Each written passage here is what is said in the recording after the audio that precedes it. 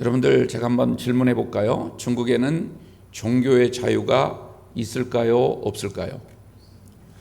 종교의 자유가 헌법에 종교의 자유가 있겠습니까? 없겠습니까? 있습니다. 분명하게 있습니다. 모든 인민은 어느 종교나 자유롭게 섬기고 또 예배를 드릴 수 있다. 그렇게 되어 있지만 실제에 있어서는 종교의 자유가 없습니다. 일일이 들어갈 때마다 이름을 적어야 되고 몇 시에 언제 몇 시에 어떻게 출입했다라고 하는 기록을 남겨야 되고요. 또 인원 제한이 있습니다. 지금 마치 코로나 시대에 우리가 드리는 이 예배 형태가 어쩜 그렇게 중국 삼자교의 모습인가, 이런 생각을 하면서 우리가 정말 기도해야 될 것이 무엇인지를 깊이 생각하시고 세계 각 여러 곳을 돌아다니 본 경험이 없는 분들은 그냥 그런가 보다, 지금 코로나 때문에 이렇게 됐나 보다, 이렇게 쉽게 생각하실지 모르겠지만 세계 어디를 가봐도 소위 공산주의 세계나 사회주의를 지향하는 그런 나라들에게 공통적으로 나타나는 현상이 지금 우리나라에 이루어지고 있습니다. 이건 개탄하지 않을 수가 없는 그런 모습이라고 볼 수가 있습니다. 이번에 대면 예배를 금지하는 이런 4단계 격상 이후에 이런 일이 생겼는데, 그래도 우리 교회에 비록 우리가 최전방에서 앞장서 일을 하지는 않았지만 예자연이라고 하는 예배 회복 자유 시민연대와 우리가 연결해서 우리도 함께 거기에 동참하고 적극적으로 행정소송을 벌여서 예배 금지 행정명령에 대한 그 가처분 신청을 하고 거기에 결과를 받았습니다. 거기에는 두 가지 굉장히 중요한 내용이 담겨 있습니다. 그 판결문에. 그 첫째는 뭐냐면 예배 금지는 우리나라 대한민국 헌법과 상충하는 것이다. 헌법을 어기는 것이라는 거죠. 여러분들 국가의 지도자, 국가의 정치 지도자들은 헌법을 가장 소중하게 여기는 그런 사람이어야 됩니다. 헌법의 가치를 훼손하는 자는 국가 지도자의 자격 자체가 없는 겁니다. 근데 예배 금지를 시킨 것은 이건 헌법과 정면으로 위배된다는 그런 판결문, 그렇게 나왔다는 점은 굉장히 고무적인 일입니다. 또 하나 눈여겨볼 판결문 내용이 뭐냐면 다른 단체나 다른 어떤 그 모임과 형평성에 있어서 이것은 너무 지나치다, 너무 가혹하다라고 하는 그런 판결문 그 내용이 나왔습니다.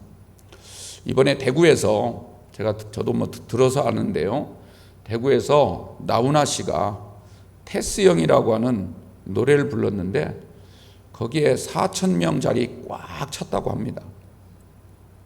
아마 또 다시 한 번 더 한다는 얘기를 언뜻 들은 것 같아요.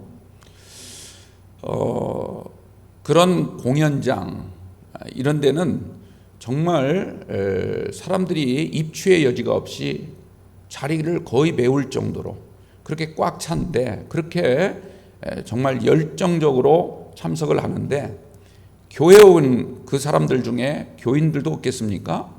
근데 교회 오는 일에는 꺼리게 되고 자꾸 주저하게 되고 이 정부 시책에 대한 그런 근거를 삼아서 나오지 않는 그런 사람들이 많습니다. 과연 이게 정말 제대로 돌아가는 세상인가? 여러분들 제가 알기로는 그 나훈아 씨가 불렀던 테스형이 무슨 뜻인가 하고 찾아보니까 소크라테스를 그렇게 부른 거더라고요. 앞에 너무 기니까 뒷부분만 따서 그냥 테스형 이렇게 불렀다고 합니다. 그 노랫말을 보니까 약간 철학적 의미가 있는 것 같아요. 소크라테스가 철학자니까 당연히 그러겠죠. 그런데 여러분들 소크라테스가 이 얘기했던 철학적 담론이 무엇이었습니까? 너 자신을 알라. 우리가 우리 자신을 알려면 어떻게 해야 될까? 정말 고민하며 그 노래를 듣는지, 아니면 그냥 하나의 예능적 차원에서만 그 노래를 즐기는지, 그건 뭐 일일이 제가 조사해 보지 않아서 모르겠지만 정말 이 시대에 우리 자신을 깊이 한번 들여다보고 내가 가야 할 길이 어느 곳이고 내가 해야 될 일이 무엇인가, 인간으로서 마땅히 가야 하고 해야 할 일이 무엇인지를 정확히 알고 살아가려고 하는 마음으로 그 노래를 그렇게 즐기는지 저는 거기에 대해서 굉장히 회의적인 생각이 들었습니다. 사랑하는 성도 여러분, 우리가 하나님의 뜻을 알고 정말 우리가 믿음으로 뭉쳐야 우리가 어디로 가야 할지, 또 우리가 이 땅에 살면서 어떤 일을 해야 당연히 인간으로서 해야 될 덕목인지를 깨닫게 될 줄로 믿습니다. 이런 것들을 너무 가벼이 여기면서 자꾸 다른 곳에서 뭔가를 건져보려고 하는 그런 막연한 기대 심리, 이것은 결코 우리 인생을 기름지게 할 수도 없고 바른 길로 나가게 하지도 못한다는 것을 기억하시고, 우리가 그 어느 때보다 지금 이 한국교회, 정말 가장 공경에 빠진 이 한국교회를 구하는 일에 여러분들이 앞장서서 기도로 협력해 주시기를 간곡하게 부탁을 드립니다.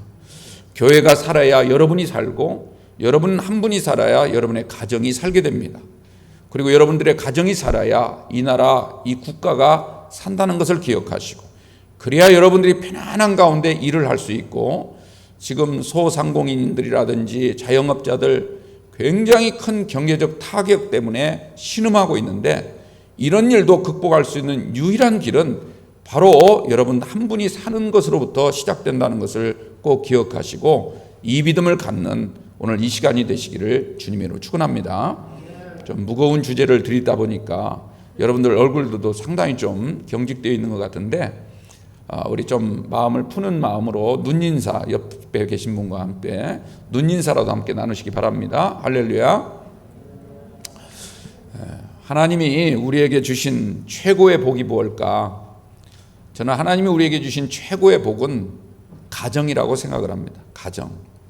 그것도 하나님을 섬기는 신앙의 가정을 우리에게 허락해 주신 것, 이것은 은혜 가운데 최고의 은혜입니다. 가정은 사람에 의해서 세워진 것이 아니라 하나님이 세워주신 것입니다. 우리는 가정생활을 통하여 사랑을 배울 수 있고요, 행복이 무엇인지를 깨달아갑니다. 자식을 낳아 기르면서 하나님의 마음도 조금씩 느끼게 되고, 뿐만 아니라 가정을 통해서 하나님의 섭리와 하나님 나라의 비밀도 깨닫게 되지요. 여러분들, 가정이라고 하는 것은 한 남자와 한 여자가 만나서 부부됨을 선언하는 거룩한 예식, 결혼식을 통해서 시작이 됩니다. 성경적으로 말씀을 드린다면 이 결혼식은 가장 숭고하고 신성한 예식입니다. 비록 사람이 주례를 본다고 할지라도 실제적인 주례자는 바로 하나님이십니다. 최근 가정 목회를 연구하는 신학자들 하는 말을 들어보면, 오늘날 가정의 위기, 오늘날 이 땅에 불어닥친 가정의 위기는 결혼식에서 비롯되었다, 이렇게 말을 합니다.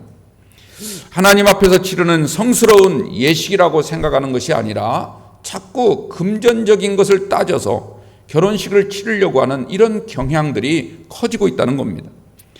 그러나 여러분들, 결혼식 순서 하나하나가 하나님이 이 예식과 함께하고 있다는 것을 증거한다는 것을 우리가 꼭 기억하시기 바랍니다. 여러분들, 이 아가서 성경은요, 신랑 되신 우리 주님이 신부인 교회, 그 교회 안에 있는 성도들과의 거룩한 혼인 예식을 치르는 겁니다. 그 가운데 오늘 읽은 4장 말씀은요, 이 결혼식을 올리기 위해서 신부가 아름답게 단장을 마친 그 모습을 신랑이 보면서 그 신부를 예찬하고 있는 그런 내용입니다. 어떻게 보면 신부에게 있어서는 인생 최고의 날이라고 할 수가 있죠. 아름답게 신부 화장을 마친 그 신부의 아리따운 모습을 신랑이 보면서 신부의 신체 하나하나를 자연에 빗대어서 표현하고 있습니다. 신부의 아름다운 모습을 자연 생물이나 어떤 사물에 빗대어 표현하는 이런 문학 양식을 가리켜서 히브리 사람들은 와스프 문학이라 이렇게 말을 합니다. 원래는 이집트에서 왔다고 그래요, 이런 문학 형태가. 그런데 이 솔로몬이 지혜의 왕 아닙니까? 이 와스프 문학을 통해서 지금 주님의 신부되는 교회, 성도가 얼마나 아름다운지 이걸 설명하고 있는 거죠. 오늘 우리가 읽은 이 본문 외에도 5장에도 가면, 또 나중에 저 뒤에 7장에도 가면 계속 이런 와스프 문학 방식을 소개하고 있습니다. 그렇다면 왜 이런 문학 양식을 사용하는가? 그 이유를 보면 크게 두 가지입니다. 하나는 뭐냐면 이 글을 읽는 독자들에게 다양한 상상력을 가지도록 자극함으로써 신부의 아름다움을 극대화시키려고 하는 그런 효과를 누리는 겁니다. 그냥 단지 신부를 보여주기보다는 신부의 얼굴은 이러이러하다 이렇게 설명함으로써 여러 가지 다양한 상상을 하게 되고 그 상상 가운데 최고의 아름다움을 이끌어내기 위한 효과를 누리는 거라는 것이죠. 또 하나 목적은요, 사람들에게 그렇게 상상하도록 만든 다음에 사람들이 부러워하는 그 모습을 신랑이 생각하면서 더 마음 가운데 큰 기쁨을 누리고자 하는 그런 목적을 갖고 있습니다. 자, 이런 점들을 우리가 염두에 두면서 오늘 본문을 읽었으면 좋겠습니다. 주님이 신부의 어떤 모습을 가장 아름답고 어여쁘게 보고 계신지, 주님이 기뻐하시는 모습을 우리도 한번 상상해 보면서 오늘 이 말씀 한 절 한 절을 함께 나누고 은혜 받으시기를 주님의 이름으로 축원드립니다. 오늘 우리가 읽은 이 본문은요, 신랑이신 우리 주님이 아름답게 단장한 신부 모습을 보면서 부르는 노래, 신랑의 말로 꾸며져 있습니다. 먼저 1절 말씀, 이게 서론에 해당이 되는데요, 1절을 보면 내 사랑 너는 어여쁘고도 어여쁘다. 우리가 앞서도 한번 들어봤었죠? 이런 말로 시작을 하고 있습니다. 그런데요, 제가 이 본문 이 1절을 읽을 때 좀 아쉬운 게 하나 있습니다. 아쉬운 게. 그게 뭐냐면 이 본문을 이 1절 말씀 참 귀한 말씀인데, 그런데 이 1절을 번역하는 성서 번역자가 정말 중요한 단어 두 단어를 빼먹었어요. 그렇게 중요하게 여기지 않았던 것 같아요. 두 개의 단어를 생략해 버렸는데 그 단어는 어떤 단어냐면 히나크라고 하는 단어입니다. 히나크라는 단어가 두 번이나 나오는데도 불구하고 두 번 다 생략을 해버렸어요. 그런데 이 히나크라고 하는 단어는 감탄사입니다. 감탄사. 우리말로 굳이 번역을 하자면 이야, 뭐 그런 뜻이에요. 이야, 기가 막히구나, 뭐 그런 의미를 담고 있는 단어가 히나크란 말이죠. 신부가 얼마나 아름다운지 보는 순간 이야 하고 입이 절로 벌어지면서 감탄하는 그 단어가 히나크라는 단어예요.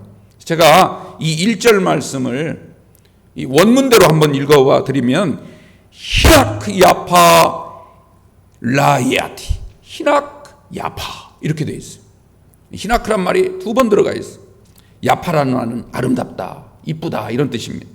히나크 야파, 히나크 야파 이렇게. 여러분들 우리말 성경은 내 사랑 너는 어여쁘고도 어여쁘다 약간은 좀 무덤덤하게 이렇게 번역이 되어 있지만, 이걸 원문의 느낌을 살려서 제가 읽어드린다면 이야, 기가 막히구나, 정말 아름답구나, 내 사랑 당신은 정말 아름답다, 기가 막히다, 이런 뜻이에요. 그것도 입을 쫙 벌리면서 해야 되는데 여러분들 마스크를 다 썼기 때문에 시키지 못할 것 같아요. 그런 의미란 말이에요. 1절이. 여러분들 신부의 아름다움을 지금 어떻게 표현하고 있는가, 이걸 한번 살펴보기 전에 이 1절 말씀의 이 히나크라는 단어의 그 뜻, 그런 감정을 우리가 한껏 느끼면서 이제 한 절 한 절 좀 살펴보았으면 좋겠습니다. 그 다음 1절 뒤에 이어지는 말씀 한번 보십시오. 노을 속에 있는 네 눈이 비둘기 같고 네 머리털은 길러와 산기슭에 두은 염소떼 같구나, 이렇게 말하고 있습니다. 노을 속에 있는 네 눈. 여러분들 여기서 노을이라고 하는 건 신부가 결혼식 할 때 쓰는 면사포를 말하고 있습니다. 신부가 지금 신부 화장을 다 끝내놓고 결혼식 입장을 하려고 준비하면서 면사포를 쓰고 있는 그 모습을 신랑이 본 겁니다. 그런데 그 면사포, 그 노을 속에서 그 보여지는 눈, 이 눈을 지금 아름답다, 비둘기 같다 이렇게 고백하고 있는 거 아닙니까? 근데 우리말에는 눈 이렇게 돼 있죠. 마치 눈 전체를 묘사한 것처럼 말하고 있지만 사실 이 단어의 뜻은 눈이라고 번역하기보다는 눈동자라고 번역을 해야 맞습니다. 눈동자. 노을 속에서 비춰오는 그 맑고 영롱한 눈빛이 너무 비둘기같이 아름답구나, 이런 뜻입니다. 사랑을 담뿍 담겨져 있는, 사랑이 잔뜩 담겨져 있는 그 눈빛, 초롱초롱한 눈빛으로 애틋하게 신랑을 바라보고 있는 그 신부의 눈동자가 너무너무 아름답고 아름답다는 얘기입니다. 그게 뭐와 같다고 말합니까? 비둘기와 같다는 거예요. 여러분들, 비둘기와 같다는 말은 앞서도 한번 설명을 드렸죠. 비둘기는 평화를 상징하고 또 회개를 가리키는 그런 의미도 있지만, 그러나 여러분들, 우리가 비둘기 하면은 절대로 잊어서는 안 될 것은 신앙의 지조를 가리키는 겁니다. 한 번 내 낭군으로 정했으면 다른 곳 보지 아니하고 오직 자기의 남편만 바라보겠다라고 하는 강한 의지가 그 비둘기의 눈빛에서 비춰오고 있는 것입니다. 여러분들, 결혼식 광경을 잘 한번 생각해 보십시오. 신부가 입장을 하지 않습니까? 신부가 입장하면서 누굴 바라볼까요? 신부가 입장하면서 누굴 바라봅니까? 미리 앞서 나와 있는 신랑만을 바라보고 걸어갑니다. 한 걸음 한 걸음 걸어가면서 신랑만은 바라보는 거죠. 옆에 하객들 누가 왔나 하고 입장하는 신부 있습니까? 혹시 옛날 친구 왔나?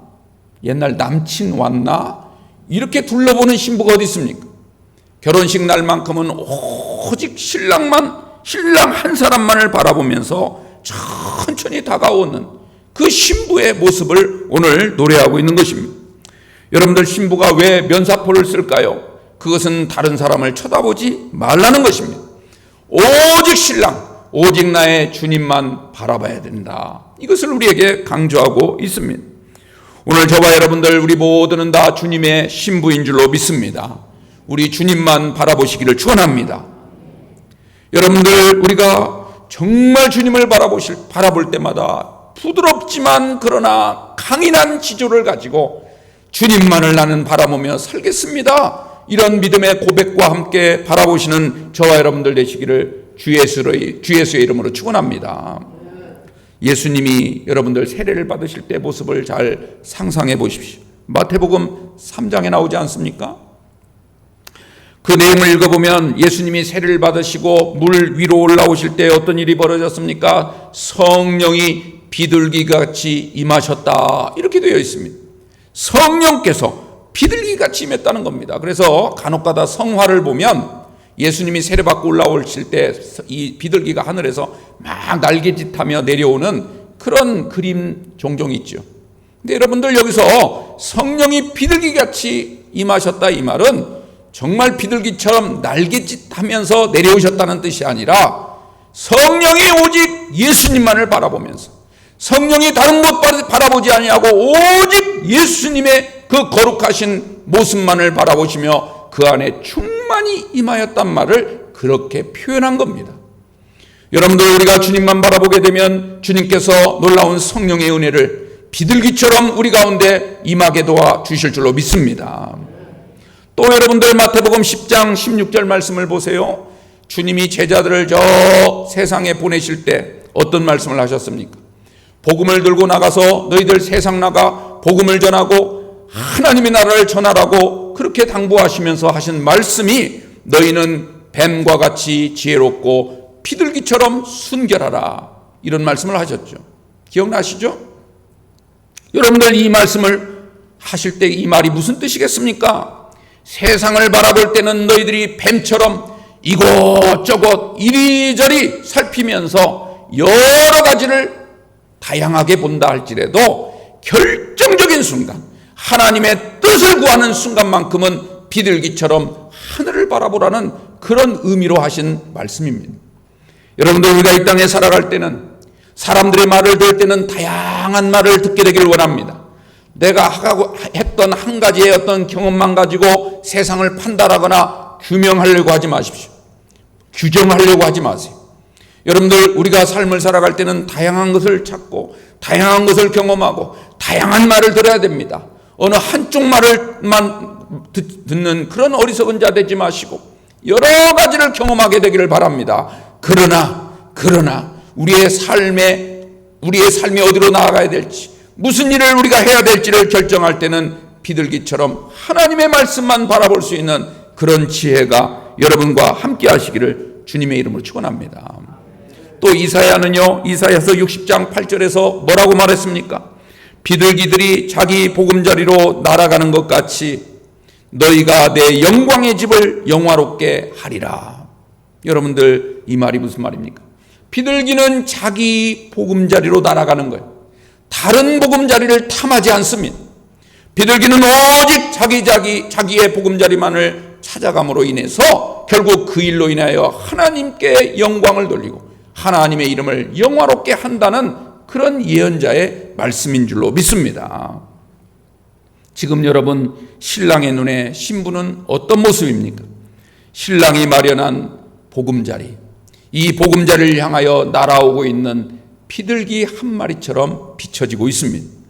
오직 신랑만을 흠모하면서 더 크고 깊은 사랑의 미로를 나누기 위해서 신랑 품을 향해 오직 신랑만 바라보고 다가오고 있는 그 신부의 모습이 너무 아름답다는 거죠. 이 모습을 본 신랑이 탄성을 지릅니다. 이야, 기가 막히구나. 이야, 정말 아름답고 어여쁘고 놀랍구나. 감탄하게 될 줄로 믿습니다. 오늘 저와 여러분들을 주님이 바라보시면서 이야, 아름답구나. 이야, 너희들 보니까 이 땅 다시 구원할 수 있는 은혜가 있겠구나. 우리를 향하여 주님이 감탄하게 될 줄로 믿습니다. 그 다음 머리털에 대한 이야기가 나옵니다. 그 다음 말씀 보세요.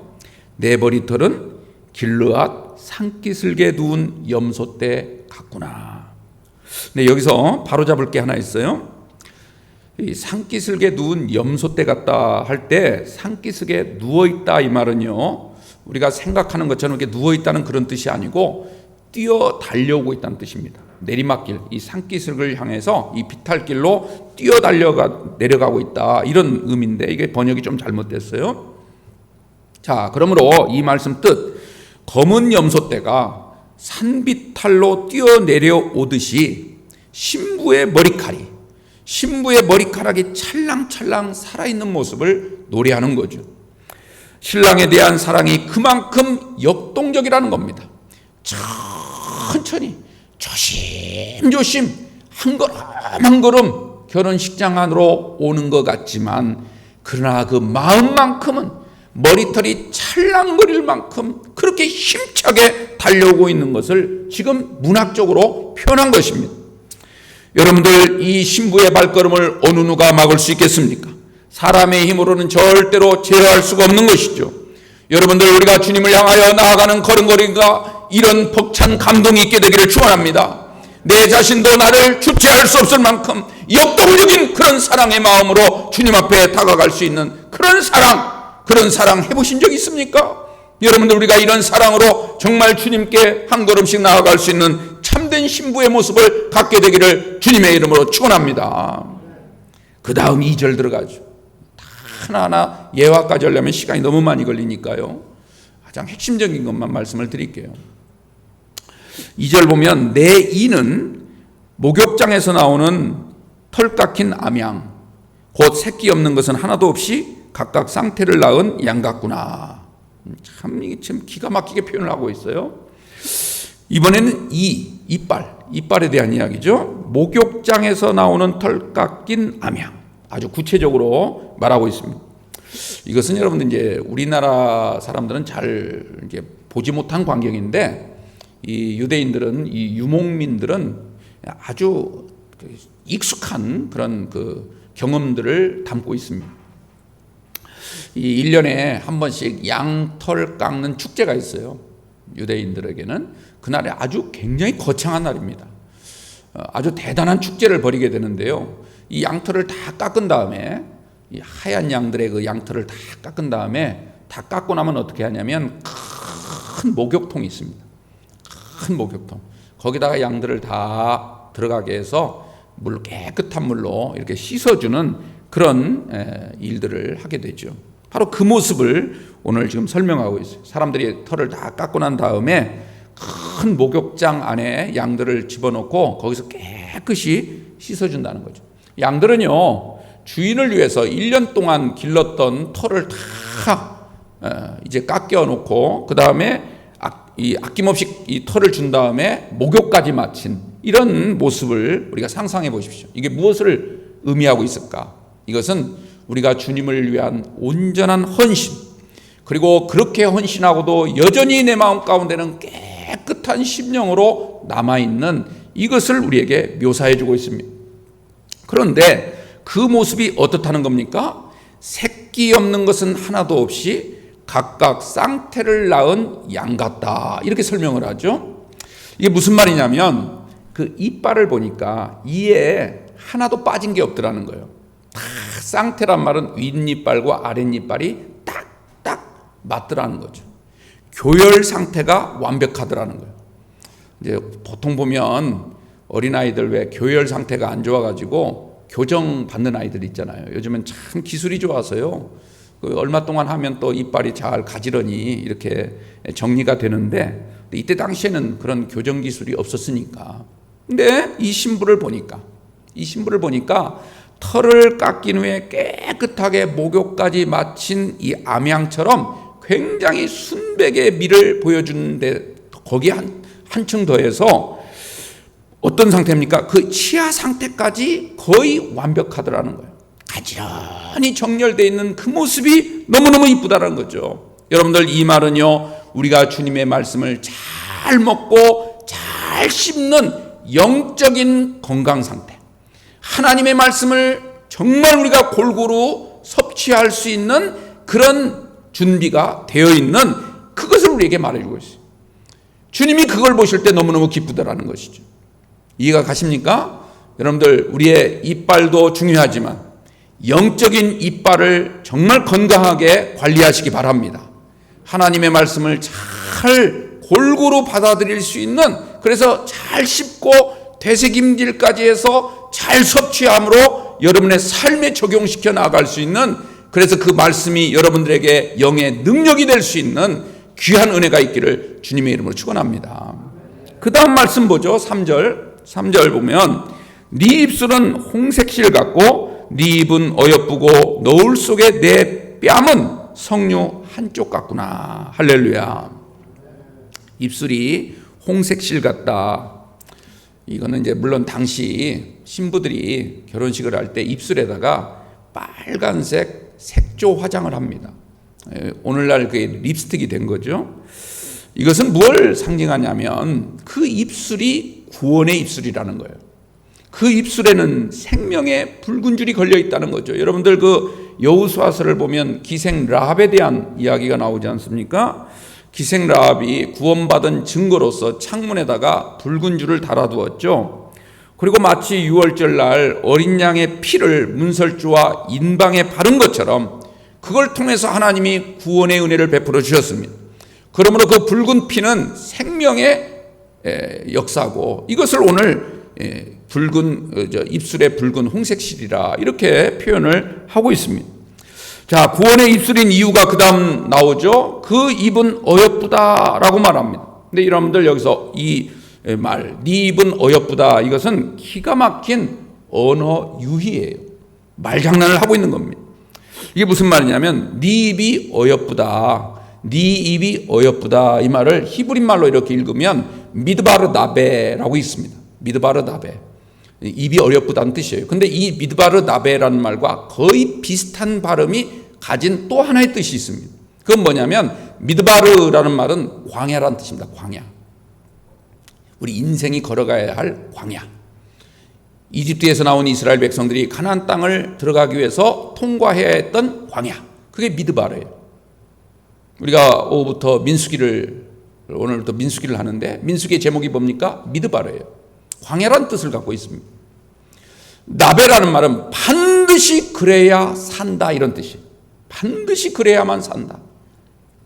그러므로 여러분들, 이 말의 뜻은 다 종합해 보면 물론 그 입이 아름답다는 뜻이지만 또 다르게 우리가 언어 유희를 통해서 듣게 되는 말은 무슨 뜻이냐면, 우리가 광야를 지나갈 때 어떻게 해야 됩니까? 오직 하나님의 말씀을 들어야 되는 거죠. 이 광야, 미드바라는 말은 하나님의 말씀을 듣는다는 말과 또 연결되어 있어요. 하나님의 말씀을 듣고 지나가야만 살 수 있다. 이 말을 언어 유희를 통해서 말하고 있는 겁니다. 그러므로 여러분들, 우리가 이 말을 다시 한번 다른 각도로 읽어보면, 신부 입에서 나오는 말은 마치 광야에서 들었던 하나님의 말씀과 같아서 신부 입술에 바른 빨간 색조가 마치 구원의 홍색실처럼 생명의 붉은 줄과 같다. 이런 의미를 담고 있는 것입니다. 그런데요, 그 다음 표현을 보면 더 기가 막힌 내용이 나와요. 너울 속에 내 뺨은 석류 한쪽과 같구나. 정확히 말하자면 석류 한쪽이 아니라 석류를 딱 짜게, 반쪽으로 딱 짜게 놓은 그 쪼개 놓은 석류와 같구나. 이런 뜻이에요. 뭐 비슷한 얘기죠. 자, 쪼개 놓은 석류란 말이 무슨 뜻일까요? 이 히브리 문학을 보면 이 석류라는 단어는 굉장히 성적인 뉘앙스를 가진 단어입니다. 부부 관계를 가리키는 거예요. 첫날 밤 부부가 만나서 한 이부자리 위에 잠을 자는 그 모습을 석류에 빗대서 하는 그런 문학적 표현을 사용하고 있습니다. 그러므로 오늘 이 말씀의 뜻은 어떤 뜻이냐면, 신부의 입에서 나온 주님의 말씀, 구원의 생명줄로 인해서 이제 주님과 완전한 합일체가 되었다라고 하는 그런 의미를 우리에게 던져주고 있습니다. 주님과의 사랑이 완전해짐으로써 이제는 주님과 하나가 된, 합일체가 된 신부의 모습, 얼마나 아름답겠습니까? 오늘 저와 여러분들이 바로 이런 은혜로 사시길 바랍니다. 사도 바울이 갈라디아서 2장 20절에서 고백했던 것처럼, 이제는 내가 사는 것이 아니라 내 안에 계신 그리스도께서 사시는 것이다. 나를 위하여 십자가에 못 박히시고 모든 생명을 나를 위해서 헌신짝처럼 던져버린 그분의 은혜로 내가 사는 것입니다 하면서 주님과 하나됨을 선언했던 것처럼, 오늘 저와 여러분들이 이런 성류의 은혜를 받게 되기를 바랍니다. 석류가 얼마나 달콤합니까? 알맹이가 굉장히 풍성하죠. 그렇기 때문에 석류는요, 풍요를 상징하기도 하고 신부의 신비한 사랑을 이야기하기도 합니다. 신랑과의 뜨거운 불붙은 사랑을 표현할 때 석류라고 이야기를 합니다. 여러분들, 솔로몬이 지은 성전을 보면요, 기둥들을 세웠는데 그 기둥머리에 무엇이 있었습니까? 석류 모양의 장식이 있었다. 또 출애굽기 말씀을 보면 제사장들에게 입을 옷, 제사장들이 입을 옷에다가요, 청색실, 자색실, 홍색실로 석류 모양의 술을 놓아라, 이렇게 말씀을 했습니다. 하나님과 지성소, 은밀한 밀실에서 하나님을 섬길 때 제사장이 갖는 뜨거운 사랑의 의미를 거기에 표현하고 있는 것입니다.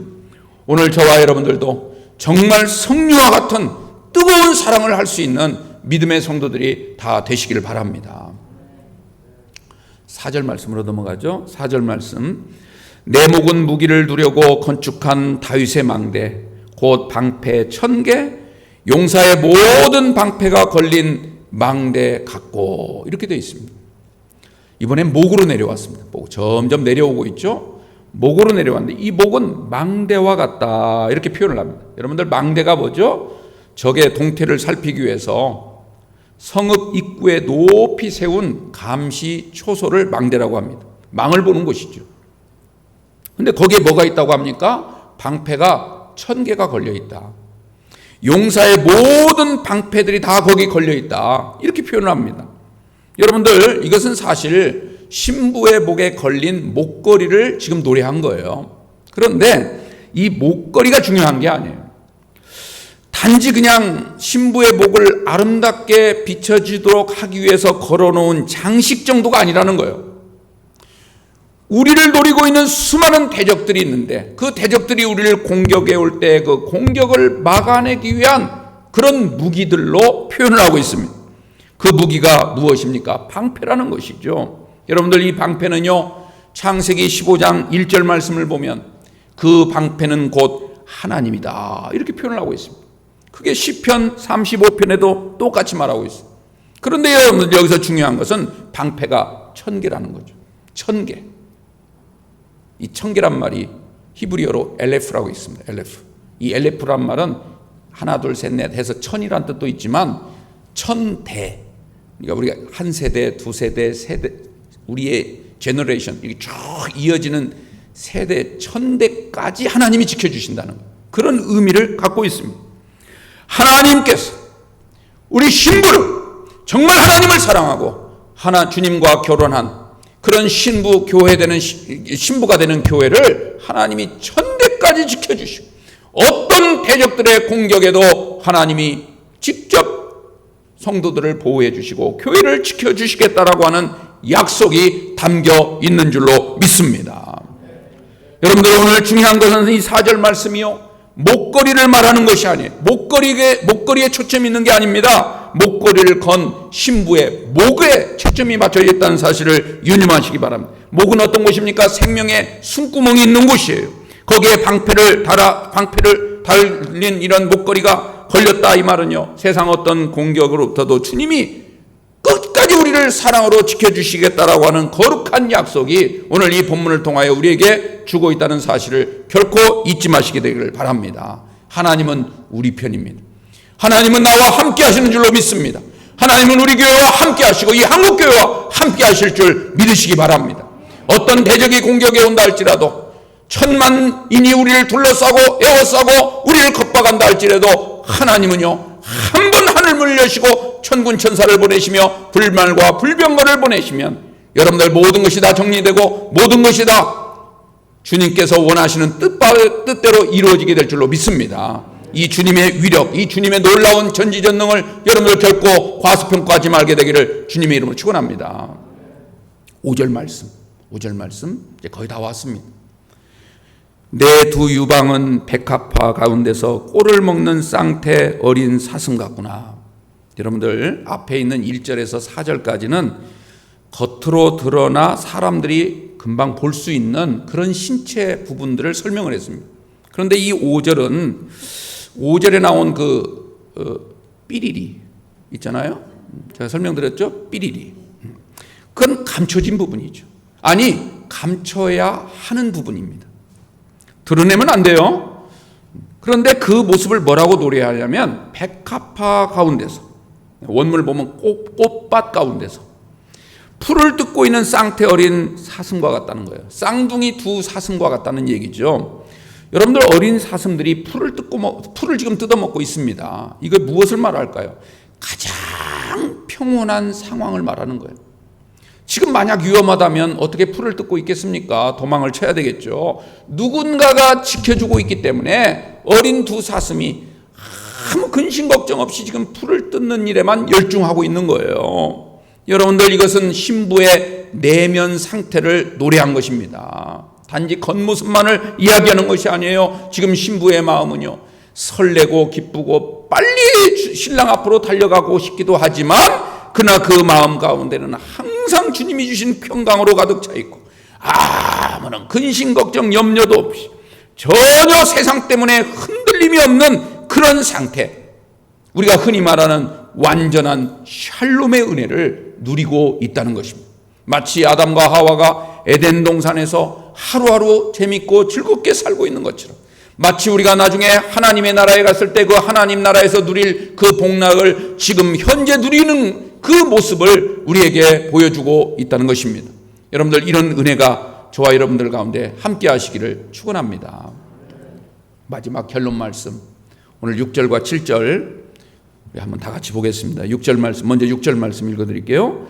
날이 저물고 그림자가 사라지기 전에 내가 모략산과 유향의 작은 산으로 가리라. 이제 저녁이 되고 점점 땅거미가 지고 쌀쌀한 바람이 불어닥치기 전에 어디로 가자고 합니까? 모략산으로 가자.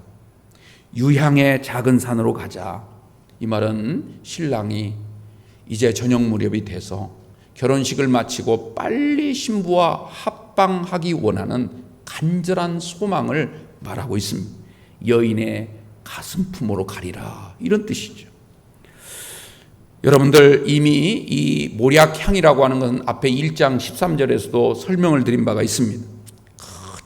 향기가 진동하는 그 모습을 찬양했었죠. 그러므로 여러분들 오늘 이 말은 주님이 굉장히 우리 생각에는 더딘 것 같죠. 결혼식을 할 때 보면 얼마나 힘듭니까?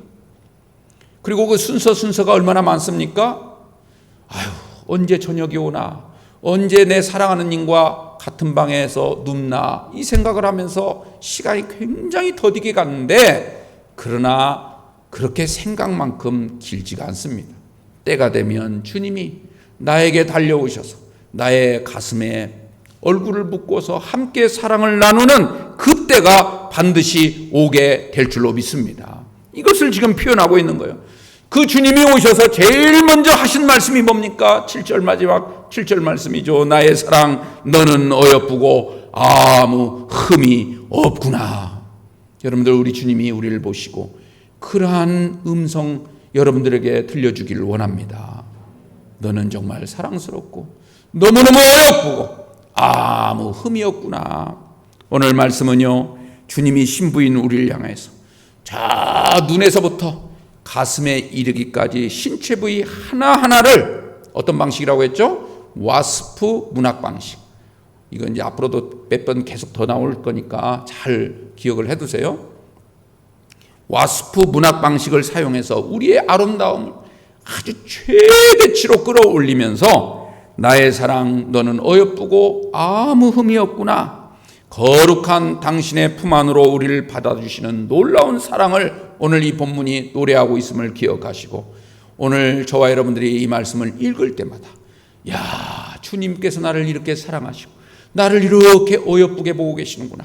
내가 비록 계달의 장막과 같고 아무것도 아닌 잡초와 같은 보잘것없는 사람인 줄 알았는데, 오직 주님만 바라보고 오직 주님 말씀에 귀를 기울였더니 주님이 나의 방에 달려오셔서 나를 거룩한 신부로 맞아주시고 나에게 이런 최고의 극찬의 칭찬을 하고 계시구나. 여러분들, 이 힘을 의지해서 오늘 이 시간에도 또 이 한 주간도 믿음으로 세상 속에 승리하며 살아갈 수 있는 우리 영광교회 모든 성도님들 다 되시기를 주님의 이름으로 축원드립니다.